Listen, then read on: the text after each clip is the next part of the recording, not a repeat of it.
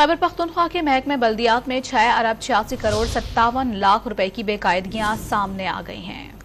ये इंकशाफ इदारे के 3 साला स्पेशल ऑडिट में हुआ।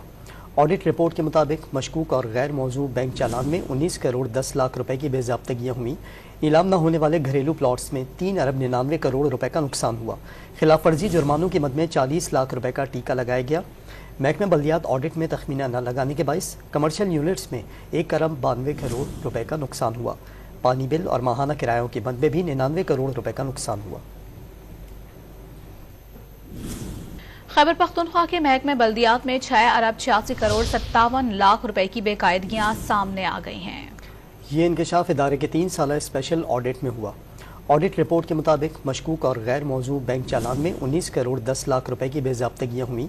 नीलाम न होने वाले घरेलू प्लॉट्स में 3 अरब 99 करोड़ रुपए का नुकसान हुआ।